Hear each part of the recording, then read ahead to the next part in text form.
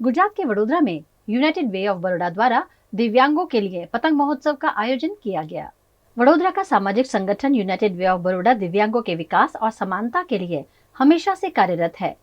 United way of Baroda द्वारा राष्ट्रीय युवा दिवस और उत्तरायण को मनाने के भागरूप क्षितिज नामक कार्यक्रम का आयोजन किया गया।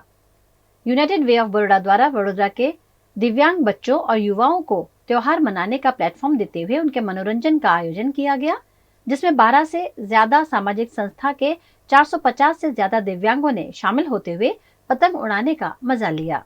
स्पेशली एबल्ड बाळको छे जे विविध संस्थाओं साथे जोड़ायेला छे ए बधा बाळकोने भेगा करीने क्षितिज काइट फेस्टिवलनुं आयोजन करीए छे।